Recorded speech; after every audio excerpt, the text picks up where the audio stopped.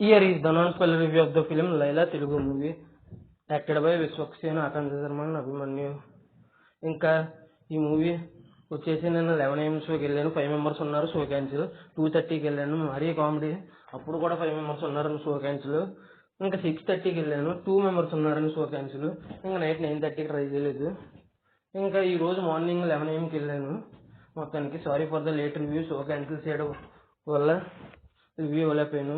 ఇంకా ఈ మూవీ చూసిన తర్వాత నాకు ఎలా అనిపించిందని విషయంలోకి వెళ్తే, వెళ్ళేలోపు మా కంటెంట్ చూడండి. మా కంటెంట్ నచ్చితే లైక్ చేయండి, షేర్ చేయండి, సబ్స్క్రైబ్ చేసి పక్కన ఉన్న గంట సింబల్ క్లిక్ చేసి మా ఛానల్ సపోర్ట్ చేయగలరు.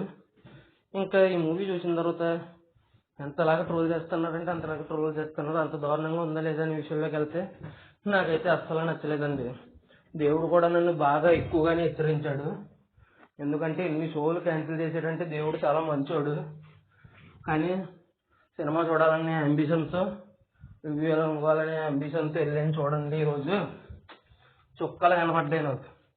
ఒక్కటంటే ఒక్క సీన్ కూడా ఇంట్రెస్టింగ్ లేదండి అసలు. నాకైతే రాజేంద్ర ప్రసాద్ గారి సినిమా మేడం సినిమాని స్ఫూర్తిగా తీసుకుని తీశారనిపించింది. కానీ పూర్తిగా స్టోరీ, స్క్రీన్ ప్లే, డైరెక్షన్ బొంద పెట్టారు.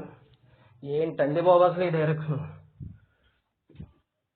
అసలు స్టోరీ అసలు ఏమీ లేదు. అసలు ఇందులో వేపర్ తిన్ అనే మాట కూడా చాలా తక్కువ.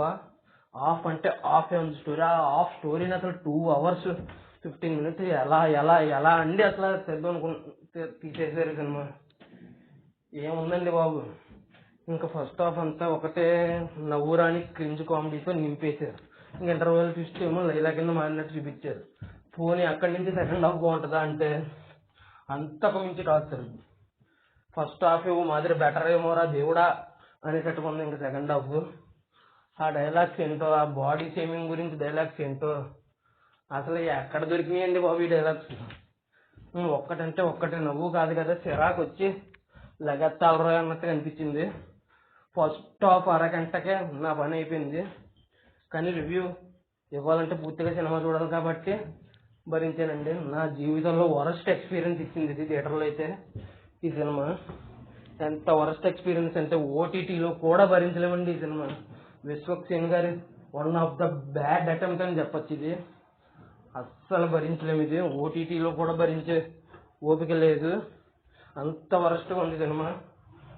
ఓటీటీలో కూడా సవాళ్ళు వేస్తాయి ఈ సినిమా కనుక చూస్తే. సత్తారు ఇంకా సెన్సిటివ్గా ఉన్న వాళ్ళు చూస్తే. అంత దారుణమైన story, screen play, direction. Vishwaksen acting పరంగా అయితే మాత్రం చాలా బాగా చేశారు.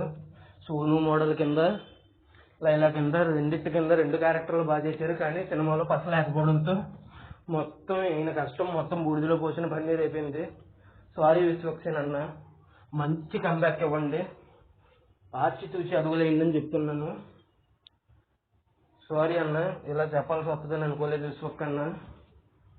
మంచి కంబ్యాక్ ఇవ్వాలని కోరుకుంటున్నాను. మ్యూజిక్ ఏమో 50-50, కొన్ని చోట్ల బాగుంది, కొన్ని చోట్ల బాగలేదు, కొన్ని చోట్ల ఉందా అనే ఫీలింగ్ కలిగింది. ఇక నాకైతే ఇలా అనిపించిందండి. మీరు ఎంతమంది ఈ సినిమా చూశారు? నా రివ్యూ చూస్తున్న వాళ్ళు కింద కామెంట్ చేయండి. పృథ్వీ గారు అన్న మాటకి భయకట్టక్కర్లేదండి. దీని అంతటి ఇదే సినిమా దుకాణం దద్దరిపోయిందో అంత వరస్ట్గా ఉందండి. ఎంతమంది ఈ సినిమా చూశారు? నా రివ్యూ చూస్తున్న వాళ్ళు చెప్పండి. సినిమా చూసిన తర్వాత మీకు ఎలా అనిపించింది అనేది కింద కామెంట్ చేయండి. మా కంటెంట్ చూడండి. మా కంటెంట్ నచ్చితే లైక్ చేయండి, షేర్ చేయండి, సబ్స్క్రైబ్ చేసి పక్కన ఉన్న గంట సింబల్ క్లిక్ చేసి మా ఛానల్ సపోర్ట్ చేయండి. Thanks for watching. Jai Hind. Signing off. Bye by.